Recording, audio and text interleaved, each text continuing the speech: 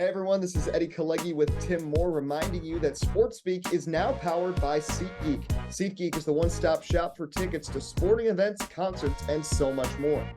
Use the promo code SportsSpeak at checkout for $20 off your first purchase. SeatGeek, let there be live. Now, on to the show.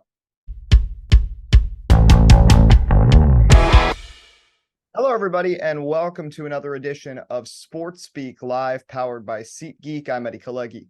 And I'm Tim Moore. It's our 153rd episode. First, a reminder, use promo code SportsSpeak, all caps, one word, $20 off your first purchase at checkout. The NBA season starts in just one day. 2023-24 slate kicks off with a lot of questions to talk about. LeBron James entering year 21. The Lakers had that incredible run last year to the conference finals. What can they do? Can the Miami Heat continue this magic? They've been to the finals 2 of the last 4 years. Boston, Milwaukee, a lot of roster movement. Which team is in a better fit? And what's going on with James Harden in Philadelphia? All that and more. Nick Pocchia joining us here to help us break it all down. And Poch, let's just start off with maybe the biggest question right now, which is the Philadelphia 76ers. So James Harden this summer bashing Daryl Morey. Now he's just not with the team and hasn't been for the past week. So pretty clear he's not going to be playing for the team to start the season. The question is, do you see him on the court in a Sixers uniform again this year, or do you think there's going to be a trade incoming very soon? Yeah, so it's an interesting situation. I've been researching a little bit, so forgive me if I get it wrong, into his contract and kind of some of the free agency rules. I think sometime maybe within 30 days is the point in time where he would need to report in order to still be an unrestricted free agent next season, if everything I'm saying is hopefully correct. But so knowing James Harden, I think he's going to make this super difficult until the last possible second, really try and force Daryl Morey's hand. It appears that the most suitable potential trade would be to the Los Angeles Clippers. Terrence Mann, ironically enough, seems to be the sticking point in that agreement. So, it's a super tough spot. I kind of, feel bad for the Sixers in a certain way, because I do think with him on the court, anything could happen in the NBA playoffs, as we saw last season. They're absolutely a contender with him, Joel Embiid, and Tyrese Maxey. So I guess my answer would be, I think he's going to hold out, force a trade for as long as he possibly can, while maintaining that ability to become a free agent next season. So I hope everything gets resolved there. But, it's certainly an interesting situation. And I will say, if he did end up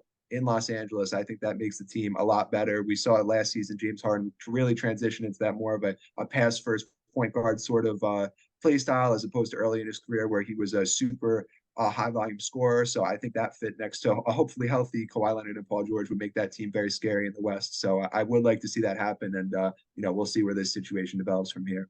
Yeah, and James Harden's been healthy for the most part. It's just his unwillingness to play in different situations. And Tim, we talked about last week how ridiculous this whole thing really is. But let's look at it now from the Sixers' perspective. Like, you want to make a trade to get something back.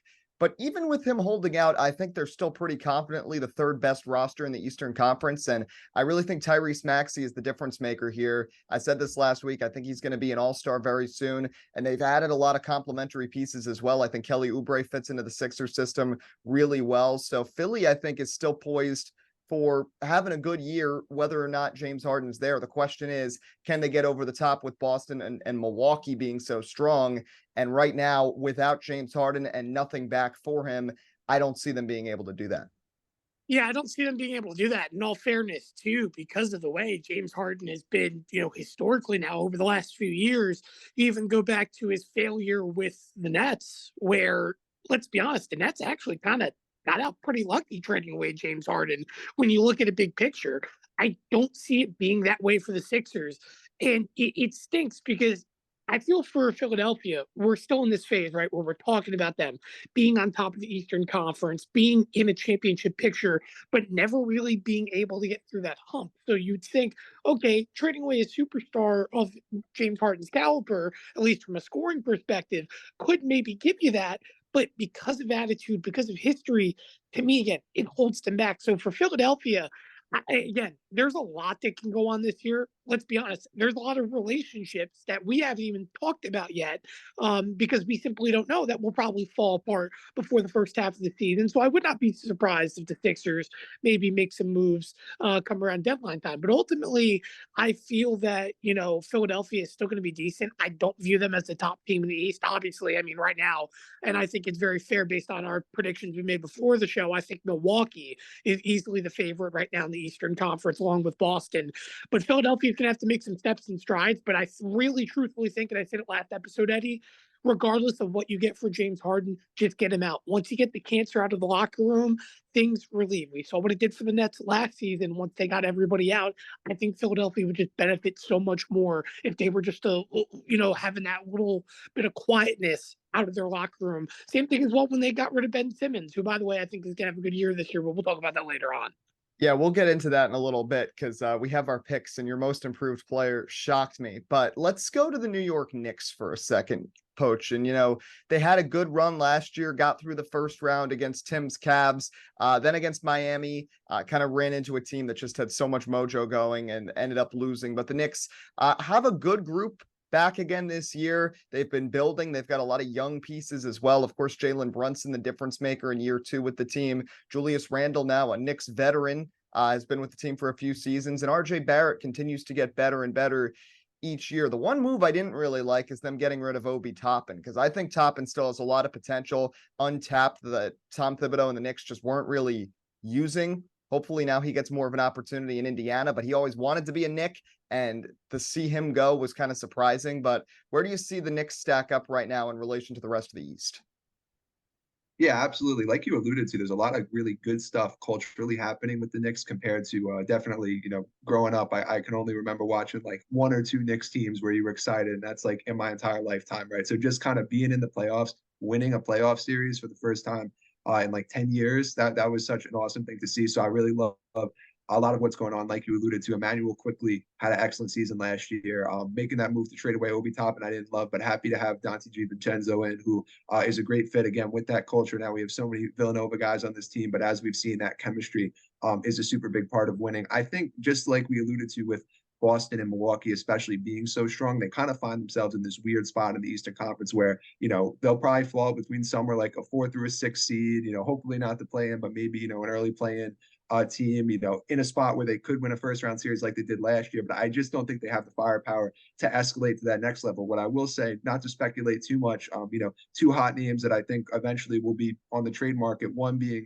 Donovan Mitchell. Again, there's a lot of chatter in Cleveland that he doesn't necessarily want to sign that extension. So curious to see how that situation develops. And then the other big one, which I would love, Joel Embiid, obviously depending upon how this James Harden situation plays out in the next year or two, especially from what we've seen with other superstars, wouldn't be shocking to me that to see him ask out. So I guess my point overall is the Knicks have a great young nucleus in place. They have some super talented guys in Julius Randle, Jalen Brunson, that will allow them to contend, maybe not in a championship level, but contend from a playoff perspective right now. And they're in such a strong spot to make that trade when the time comes that I think that mix of a great culture, the assets to make a trade, and obviously the talent currently on the roster puts them in a very strong spot for the next 3 to 5 years, just maybe not a championship contender right now.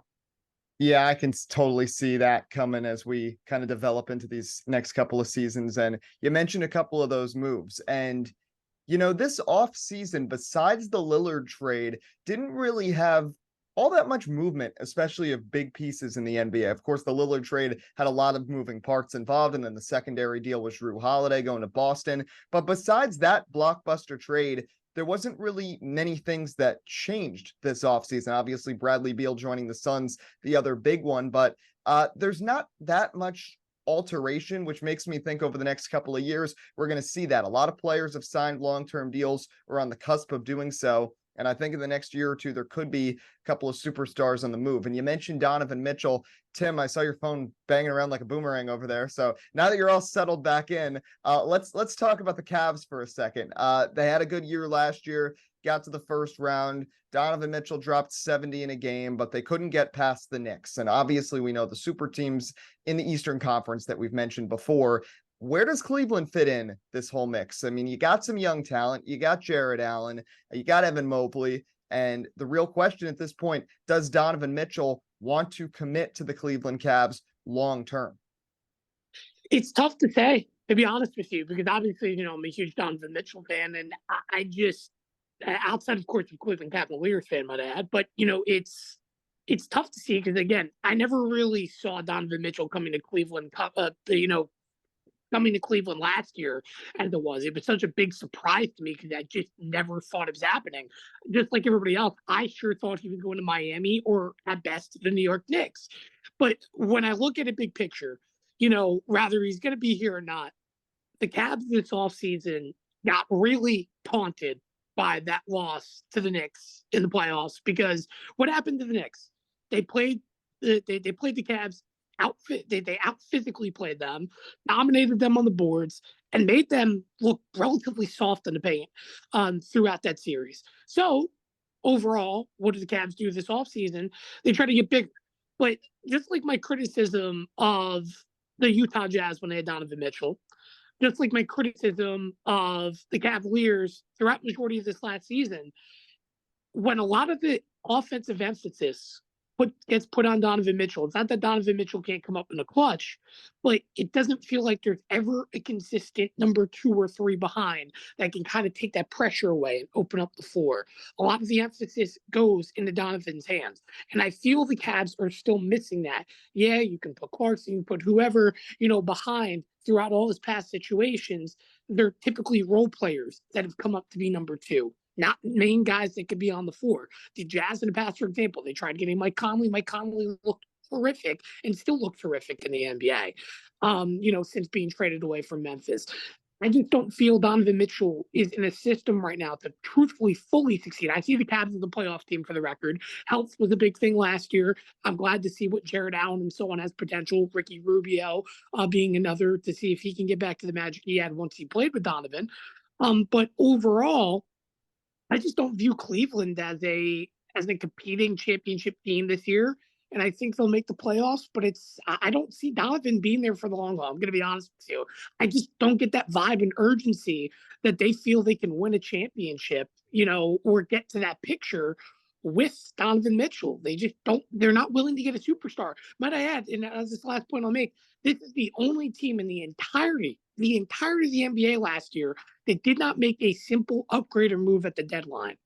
And that to me is always a big pet peeve I have, because when you talk about trying to get better, even a minor thing, you're telling me you couldn't find a little role player just to even help maybe defensively or offensively. There was a lot of big holes the Cavs had last year in the early half of the season, and they did not upgrade anybody. So that to me is, again, a big element concern. And I just think they don't have an urgency as a franchise, even though they are getting better for the first time without LeBron James on their floor. Now, that's an argument we've made about the Miami Heat several times, that they're just not that potential of a team despite having Jimmy Butler, but they keep finding a way, Poach, and now they made it to the finals last year. They've been to the finals twice in the last 4 years. They made it to at least the conference finals 3 of the last 4 years, and Jimmy's now 34 years old. They did lose some players, including Gabe Vincent, but Tyler Hero is still on the roster despite being rumored in just about every trade in the books, but they did not get Damian Lillard, which was their target. Does Miami take a step back? Yeah, Miami is in such an interesting spot, right?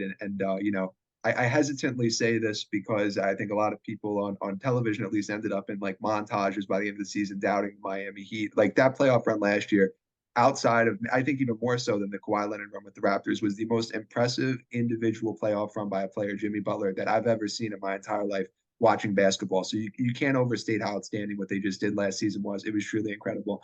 A couple of concerns I have, and Eric Spoelstra kind of tried to play this off like it's not true, but he's the coach. He has to say that, a great coach at that. But losing guys like Gabe Vincent, Max Strus, who were so pivotal to that finals run, is a big concern to me. I don't think this team is as deep as it was last year. They definitely got hot at the right time and made a super incredible run. And again, I expect them, like I said with the Knicks before, kind of that 4 to 6 seed range. They've proven that they're a team that can pull off upsets in the NBA postseason, which is super, super rare in basketball. And they have that potential. Jimmy Butler can get hot and really become what looks like a top 5 player at any given moment during the NBA playoffs. So there's always that factor. You never want to totally count them out, but a little bit concerned just with that lack of depth compared to last season. And that's another team, like you alluded to, them missing out on Damian Lillard was definitely a huge disappointment. But if Donovan Mitchell were to become available, I think that's another team that would definitely be in those trade talks because they're looking to get that final guy. And one final quick point with Tyler Hero.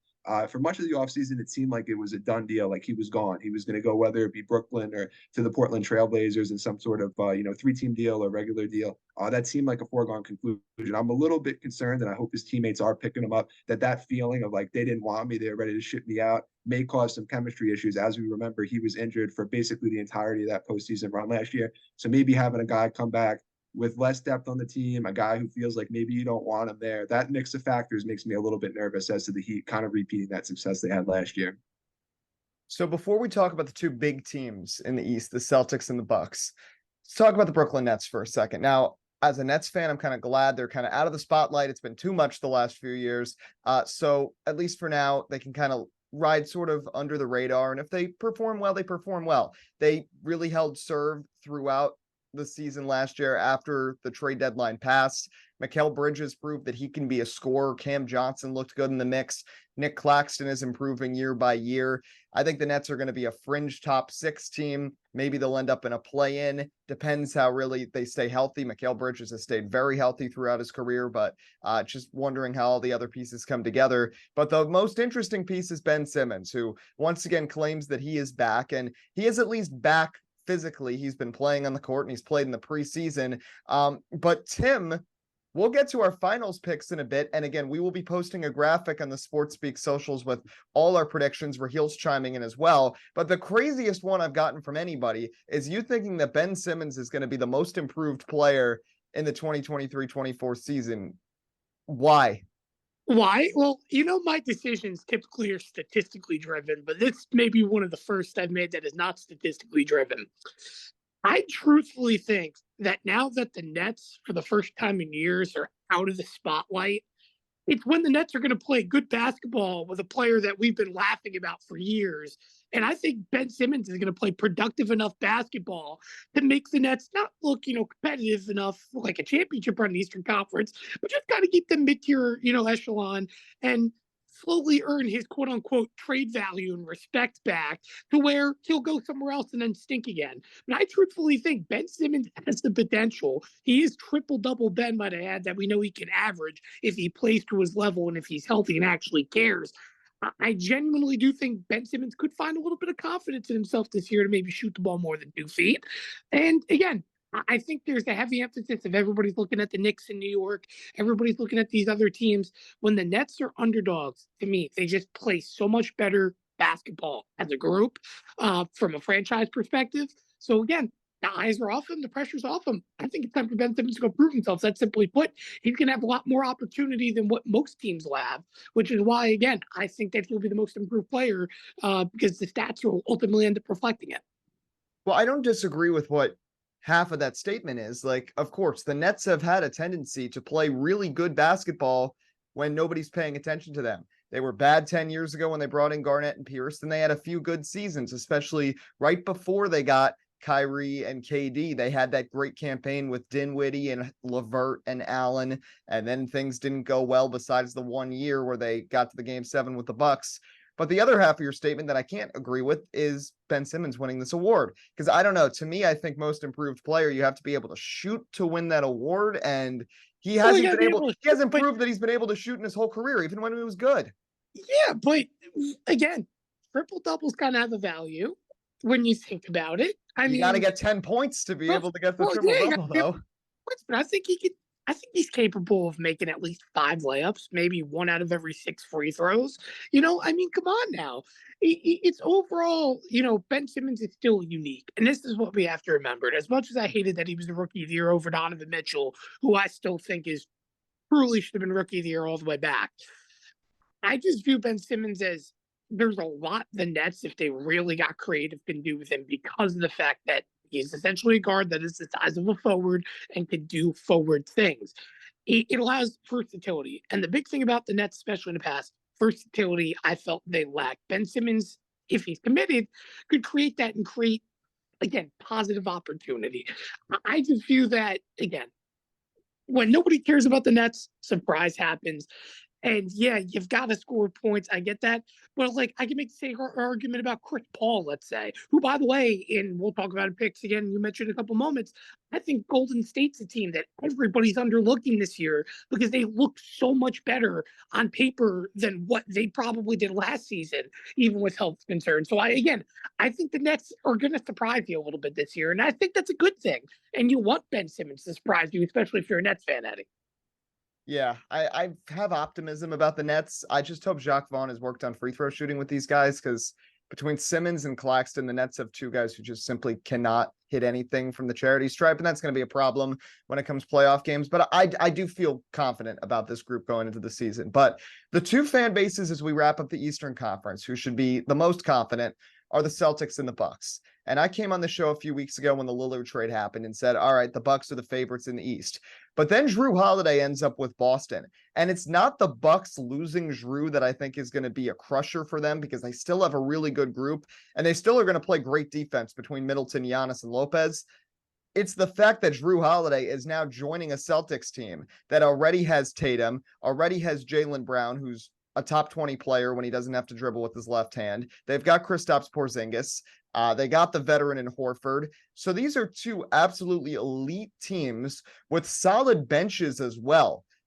Who do you give the leg up to right now, Poach?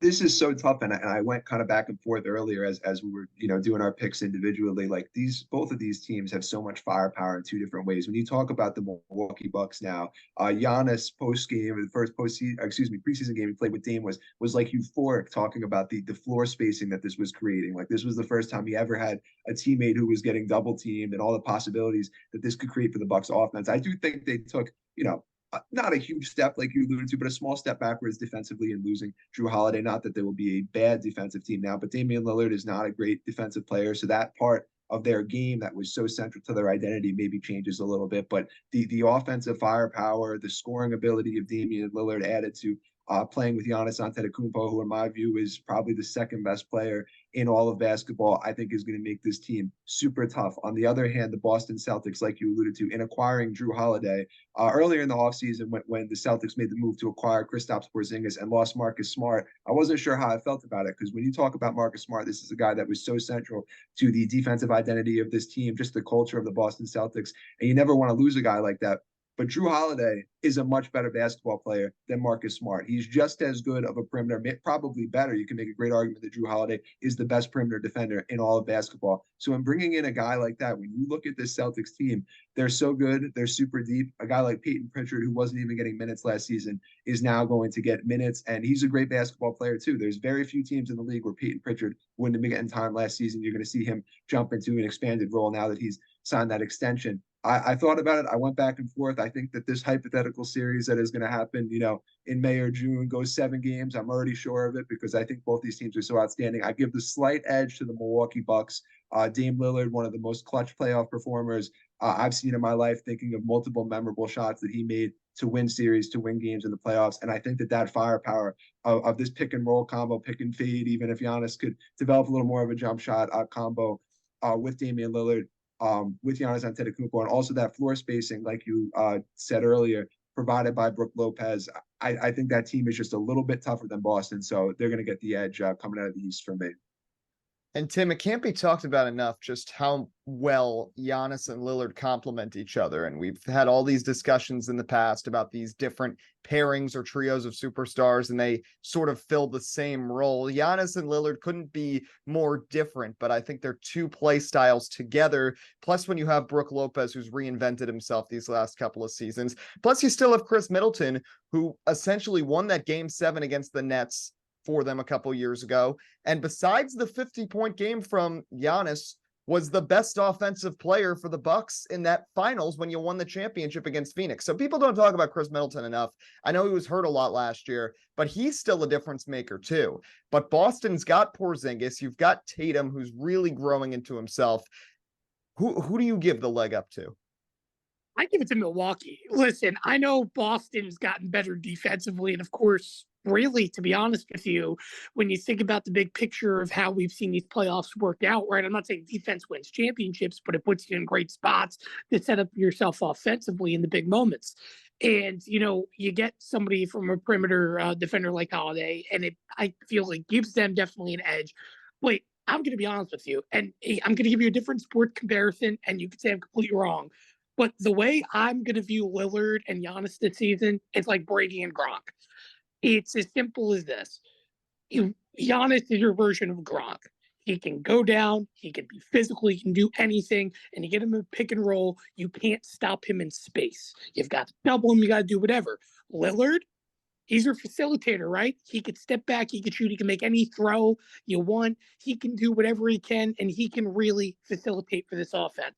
Having Brook Lopez, I think, is the biggest key. Obviously, you mentioned Middleton, Eddie, but having Lopez is key because I don't think centers being able to shoot threes really get appreciated enough in the league. And it doesn't really get appreciated enough when realistically your offense was focusing a lot beyond the arc last season in the playoffs and so on. It wasn't really productive physically because, again, you have Giannis getting double teamed, triple teamed at time, and it makes it very predictable of how your offensive approach is going to be.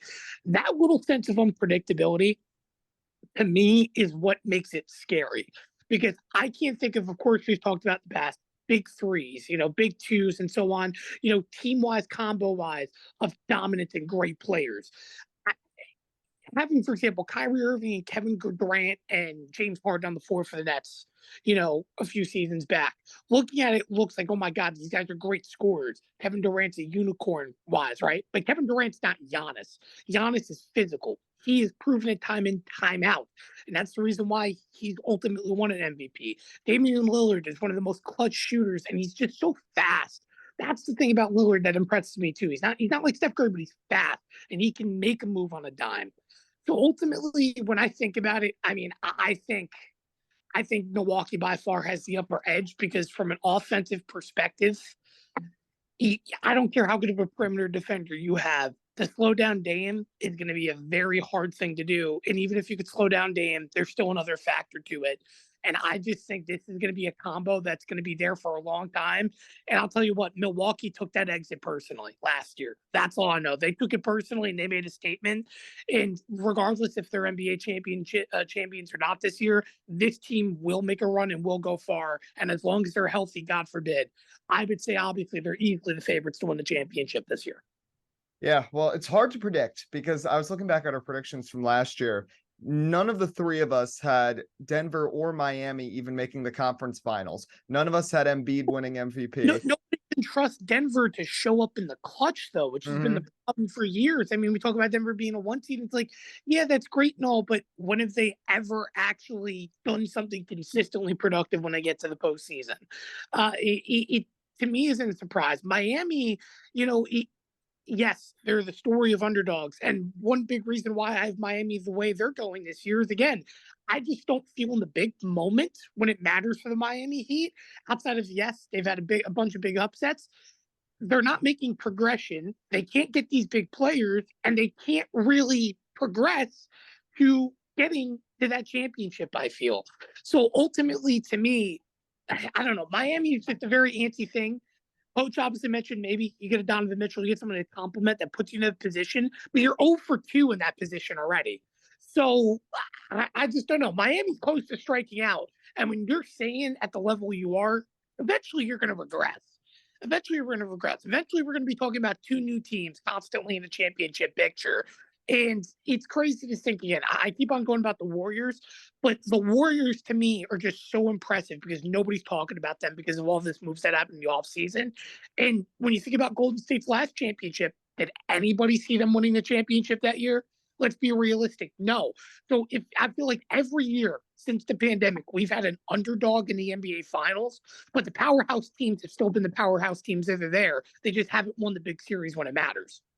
And that's where we shift to the Western Conference, because while the East has defined favorites, I think any team besides Portland in the West has the potential to make a run, at least to grab one of those 10 spots. I'm not saying they will. I think San Antonio's still a year away, though we all think Victor Wembanyama is for real. And I think the Spurs are going to be good. I think they're going to be much better than last year. And they've got a lot of young talent around Wembanyama. They still need more, but at least for now, they're definitely going to be much better when they were a year ago. You've got teams like Houston, who's on the up. Utah is on the move up. New Orleans has been getting better. I think Memphis is still going to be okay, but losing Steven Adams now for the season, plus no Ja for the first 25 games, is going to put them in a tough spot. Oklahoma City is an interesting team too. For me, the Thunder are my surprise team. I could see them easily making it to the second round of the playoffs this year and maybe upsetting a group like Golden State or the Lakers. I could just see something like that happening because OKC's young group now has gotten at least a taste of what the playoffs are like. They played in the play-in last year, and they've at least sort of been exposed to how postseason basketball works. You're going to get Chet Holmgren now, and he's not going to be asked to do that much because you've had so many players who have outplayed their expectations over the last couple of years. Jalen Williams and Josh Giddey, probably the two that most come to mind, where even if Chet Holmgren doesn't necessarily live up to what is expected from him, because I think he's going to be very injury prone throughout his career, I think it's still going to be fine. And plus you have Shai Gilgeous-Alexander, who has emerged into a top 10 player in the NBA over these last couple of years. All of that considered, I think Oklahoma City has a serious chance to maybe be this year's Sacramento Kings that surprise a lot of people, maybe get a top 4 or 5 seed, can maybe win a round in the playoffs as well. So before we talk about favorites in the West, Poach, are there any teams that aren't getting talked about enough? Tim said the Warriors, I said the Thunder, that maybe should be getting more attention. Yeah, first of all, super fast. I love the Thunder. I agree with everything that you just said. Mark Daigneault was a coach I really like, and I almost consider making him my coach of the year pick. And I ended up going with Rick Carlisle with the Indiana Pacers. I'm not saying that the Pacers are going to be a top seed in the Eastern Conference, but I do think this is a team that makes a significant step forward this season. Tyrese Halliburton battled injuries a little bit down the stretch last season, but you may even remember for the first couple months of the season they were playing around 500 ball, kind of just on the backs of Tyrese Halliburton, who is probably a top 5 passer, if not higher, in the National Basketball Association. Like we talked about earlier, acquiring a guy in Obi Toppin, who I think still does have a ton of potential, putting him in an expanded role where he can actually play his game. One of the things that bothered me with Obi on the Knicks was he would end up in situations in the playoffs where he was like a spot up 3-point shooter, which is maybe something that he can do secondarily, but that's not his game. This is a guy who is a slasher, an interior scorer who ups the tempo of your offense and can run the break like that. That's his game, right? So I think seeing him in an opportunity where he can do that makes this team really good. They picked up, because they had so much cap space and flexibility, Bruce Brown joining the team. Like that was another super great addition this offseason. So I think that this team, Rick Carlisle being an experienced coach, as we know, who has had success in the past, is a perfect person to lead this young group. Guys like Benedict Mathurin, who is super talented, and we saw putting up great offensive scoring numbers last season. That's a team that, not to say that they're going to be like a high seed in the Eastern Conference, but if they went 42-40, if they played around 500 basketball and we're kind of in that high tier play-in area, that would not surprise me at all. So keep an eye on Indiana this season. Yeah, I like the Pacers mix too with Benedict Mathurin, who had a really good rookie year. You still have Buddy Hield. Miles Turner seems a bit more committed to the system now as well and is coming off of his best offensive season. So all that together, I think the Pacers are a team that could definitely make some noise. Tim, let's talk about the 2 Los Angeles teams out west. So the Lakers had this good run last year. Austin Reeves emerged in the postseason. LeBron is going to be 39 years old this year. Anthony Davis is as injury prone as ever. But they did get better. They made some nice moves this offseason. This team's deeper. It all started with the trade deadline last year. So one step at a time, and we're seeing Rob Pelinka make this Lakers team better. They're still not, I don't think, the best in the West, but I think they can definitely contend, barring LeBron's health and AD's health. And then you got the Clippers, who have aging Kawhi, aging Paul George, aging Russell Westbrook.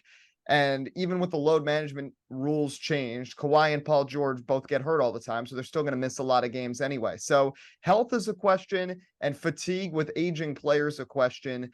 Who do you think is the team that is more destined to make a deeper run? For me, it's the Lakers. For me, it's absolutely the Lakers. I just feel there's a lot more younger potential there, even though when you think about it on paper, of course, you have LeBron and an injury-riddled AD. With that being said, I just kind of view the Lakers kind of a little bit how they were last year. Maybe not as much as a surprise in the first round, but I just kind of view them as being a middle tier Western Conference team. And, really for the Clippers, as much as I hate to say it when you think about it, because we talked about at the top of the show, right, about James Harden, I feel like if James Harden's to go to the Clippers, well, that's kind of the best move they can possibly make, regardless of how old their offensive end is, with having Russ and George and so on, to try to, you know, create a little bit of a spark through past superstars. And for the record, too, I want to say I think Russ is going to work out just fine with the Clippers. I really do think. I just don't know what happened with the Lakers. I really don't know, because I look at what Russ did all the way back when he was with Washington, and it's like, wow, he can lead a young group. He can show himself and he can reinvent himself. And I just feel it didn't work out with him with the Lakers. I don't know what it is system wise. I just don't know what it is, but I do genuinely think Russell Westbrook will be a lot better for the Clippers moving forward. But I don't see the potential of the Clippers team. And if they get James Harden, great. Then I'd say they may have a little bit more of an upside, to be honest with you, than the Lakers, just because I think they're going to be a lot more healthier as a group than the Lakers. But the Lakers, they're big thing. They need to get younger. They're slowly doing that. They're slowly getting better. Eventually, the Clippers are going to have to do that. But right now, I have the Lakers on the upper edge. Yeah, I think the Clippers need to get younger too, and I don't think James Harden really helps that. And I know, like I said, he doesn't get hurt that much, but that also just feels like a lot of conflicting personalities potentially if you've got Harden and Westbrook and Paul George all at the same time.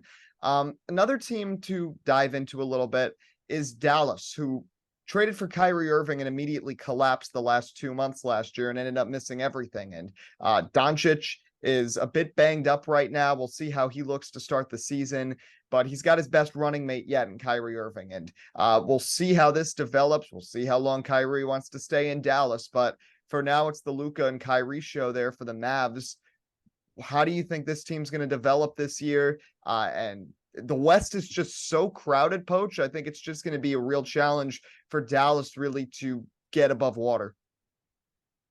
Yeah, this is such a challenging team to predict for all those reasons you just listed. And then you even just add in the fact that, similar to like we discussed with James Harden, Kyrie Irving has proven to be such an unpredictable entity. Like you can't predict a Kyrie Irving season. There could be, a controversy. There could be an off the court issue really at any given time. So that is a tough situation to predict. I think sometimes, and Mark Cuban, I'm sure, felt the pressure when you have a guy who, like Luka Doncic, who I think we all agree is a generational talent, who goes out there and does things on a nightly basis that make you go like, I've never seen that before, is so incredible. He was under a lot of pressure to bring in somebody to entice Luka Doncic to say that Dallas is his home long term. Similar to the situation in Milwaukee with retaining Giannis Antetokounmpo, except in getting Damian Lillard, they found someone who I think is a superstar talent, is a great fit, and is someone who's committed to winning basketball games. I know that Kyrie Irving's a superstar talent, but is he committed to winning championships? Is that where he's at in his life beyond basketball? That's his number one priority. So I'm concerned from that perspective. We saw down the stretch after that trade last season, super big issues, really like a crazy turn of losing, which ended up costing the Knicks a draft pick, which I'm still a little bit upset about, but I'll get over it. And so we'll see what happens. I liked some of the draft picks like Derek Lively from Duke coming in and joining the team this year. I think was a good pick by them to try and get a center on this team who can really play and contribute in a big way. That'll take some time, but I like that draft pick. So I'm really not sure. If I had to take a guess, I would say kind of middle of the pack in the Western Conference. I don't view them as a championship or even really a Western Conference Finals championship contender, because they would really have to knock off somebody like Phoenix or like the Lakers. Both of those rosters, I think, are better constructed than Dallas. So those are my concerns. One last topic before we get to our finals picks. Poach, I'll go to you because Tim and I talked about this at length a few episodes ago. The Phoenix Suns. I think the Suns are really poised for a good season. I had a lot of concerns when they signed Bradley Beal that they're committing to 3 guys and they've got no bench. And DeAndre Ayton really was unimpressive during the postseason and clearly had games where he just didn't try. And what do? You use free agency to your advantage if you're James Jones, and he really did. And this team is deep despite paying 3 players so heavily. And then you add a couple more complementary pieces by including DeAndre Ayton in the Lillard trade. The Suns got involved in that and I think came out well. You add Grayson Allen, who I know took way too many shots from Milwaukee last year in the first round of the playoffs. But when you got Durant, Booker, and Beal, he's not going to have to shoot the ball. So he can just focus on being a stingy defensive player, which is where he excels. Plus, you added Yusuf Nurkic, who, hasn't been healthy much the last few years, but when he's out there, he's a really solid center. And he tries a lot harder than DeAndre Ayton, frankly. So I like the way the Suns are constructed right now. You bring in Frank Vogel as the new head coach to replace Monty Williams, and Vogel did win a championship 3 years ago. I think Phoenix might be the favorites in the West, but at the very least, I think this team is going to gel and they've got the depth necessary, even if Kevin Durant is banged up throughout the season. Yeah, no, I agree with a lot of those points. In after the Kevin Durant trade last year, I was excited. I always feel like if you add Kevin Durant to a team that is already a contender, because they struggled early season last year, but that was a lot to do with injuries to Devin Booker and others. But to a team that I thought, oh man, 2 years ago went to the NBA championship, almost won the NBA championship, but now you're adding Kevin Durant, who we know is special, is an all-time great. I thought they were going to be right in the thick of it last season, and they fell apart, like you alluded to, because of that lack of depth. So making those moves early in free agency, adding a guy like Bol Bol, who we know has high upside. We're not sure what he is. He has high upside. He's done some great things, especially in his time in Orlando. Yuta Watanabe, who I like a lot, they were able to pick up and add him to the team. And even talking about that trade, like you said, getting rid of DeAndre Ayton, who I think is a great player, and I think actually is going to have a career season in Portland. That was another guy I considered sort of in that most improved discussion. But he maybe wasn't super happy in that environment. There was definitely, I know some people in like the Suns front office, there was a playoff game last year that he ended up sitting out. They're a little upset and apprehensive as to why that may have been. Maybe it was not injury related, but getting a guy in Yusuf Nurkic who has playoff experience on those Portland teams, I think he's really an X factor. Can he step up and be 80 or 90% of what DeAndre Ayton is? I don't know if he's a better player, but maybe he's a better fit. And then, like you said, a guy like Grayson Allen. So again, Bradley Beal certainly is someone who's been waiting for an opportunity to be on a contending team, wants to win a championship, wants that to be a part of his legacy. And then we talk about Devin Booker and Kevin Durant, both of whom, in my view, are top 5, 6, or 7 scorers in basketball currently. Like, adding that depth to that super talented group, like you said, they're absolutely a championship contender, could absolutely make a run and come out of the West. And I'm just super excited to see that team play this season. So let's finish with this. Our picks here. Again, our full predictions will be available on the website and on social media, Rahil's as well. But let's go to our Western Conference, Eastern Conference, and NBA Finals picks. I will start things off. So we all, I think, agree Milwaukee is the class of the East right now. I think it's going to be a 7-game fight. I think they're going to take down the Celtics. Then I'm going Phoenix against Denver. I think Denver gets back to the Western Conference Finals, but this time the Suns get it done. It's going to be Phoenix taking on Milwaukee. And there's one man who I think is going to take care of business, and that is this guy, the Greek freak, Giannis Antetokounmpo. He's going to win the championship for the Bucks in 6. Milwaukee gets Giannis and company second ring. It's going to be Dame's first ring, and the Bucks move to trade for Lillard is a championship winning move. I've got Milwaukee in 6 over Phoenix to win the NBA Finals. Tim, I know yours, Poach, is very similar to me, at least in the teams involved. You've got a couple of different ones, so why don't you go through yours? Yeah, so I'm going to start with the Eastern Conference. Of course, again, we all agree with the Milwaukee Bucks being the absolute powerhouse in the East. However, again, it can't be an NBA playoff of late without the quote-unquote Cinderella story of the Miami Heat showing up in the Eastern Conference Finals, likely beating Boston to put themselves in position. So overall, that's my East. Of course, Milwaukee goes to the NBA Finals. And then the West, again, I mentioned them as my team that I view isn't being talked of enough. I view Chris Paul as such a huge addition, regardless of his struggles last season for the Golden State Warriors, because it gives another person that can facilitate with the bench and the depth pieces for the Warriors that really allows them to play offense nicely throughout a major 4 periods of basketball. But overall, I would say the Warriors are not the best team on paper. The Phoenix Suns are. They're going to face the Suns in the Western Conference Final. But I feel, again, every year there's an upset. Why can't it be the Warriors? They did it 2 years ago. They can do it again. This team, regardless of age, still, I mean, on paper, has a starting rotation that is impressive to me. Um, Draymond Green, in my opinion, right now, outside of what is Chris Paul, is their biggest weakness. But Wiggins, very underrated. I think he's still a very productive basketball player. And as long as this team can produce when it matters and be healthy, that's the big thing. Because that's the other thing, too. We don't talk about enough about the Suns, right? The concerns of Tim Durant, but in general, the health of Phoenix. What is that? We're never really worried about the health of Milwaukee because, to be fair, they have two relatively healthy superstars, historically speaking. Miami, we could say the same thing about, but when we talk about these powerhouse teams, health tends to really impact it, just like how we talked about the Lakers and the Clippers age-wise a few moments ago. Health is always a concern in LA. So for me, Golden State, I feel like if they are healthy, they can be the topper echelon team in the West that could stun Phoenix. I just think at best, or I should say at worst, excuse me, I think Phoenix dominates the regular season and Golden State could potentially be a 2. I really am bought into this team getting Chris Paul championship. All right. And Poach, lastly, over to you. What do you got here for your predictions for the season? Yeah, so starting with the Eastern Conference, like I feel like we've definitely went over a little bit. I have Milwaukee just edging out the Celtics. Like I said before, both really outstanding teams.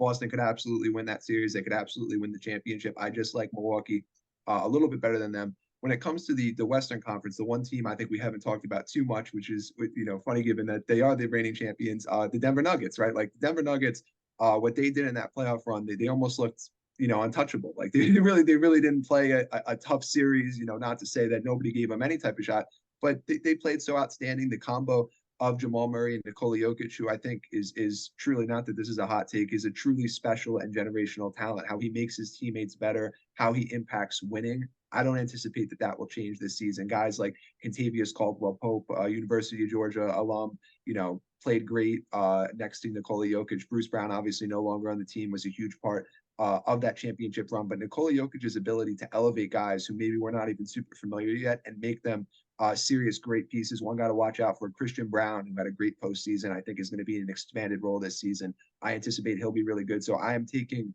the Nuggets to beat the Phoenix Suns in the conference championship. Phoenix, like we talked about before, is super excellent. I just think that the chemistry, Nikola Jokic's ability to impact winning, make everyone around him better. I think when you look at the Denver Nuggets roster, it maybe doesn't do it justice how good that team is, just because we're so focused sometimes on who are these star players, who are the next guys in line.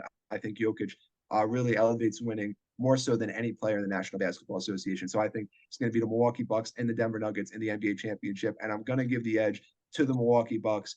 This team that won a championship a couple years ago now adds, obviously in losing Drew Holiday, which is a big loss, adds Damian Lillard, someone who has been fighting for a championship, for an opportunity to contend for so many years. I think this is the moment that he's been waiting for, playing with a generational talent in Giannis Antetokounmpo, one of the two best players in the NBA, an NBA MVP. Those two guys together, I think it's going to be just a little bit too much for Denver. But again, that's going to be, I would anticipate an awesome series in June. I think we'll have a great time watching that.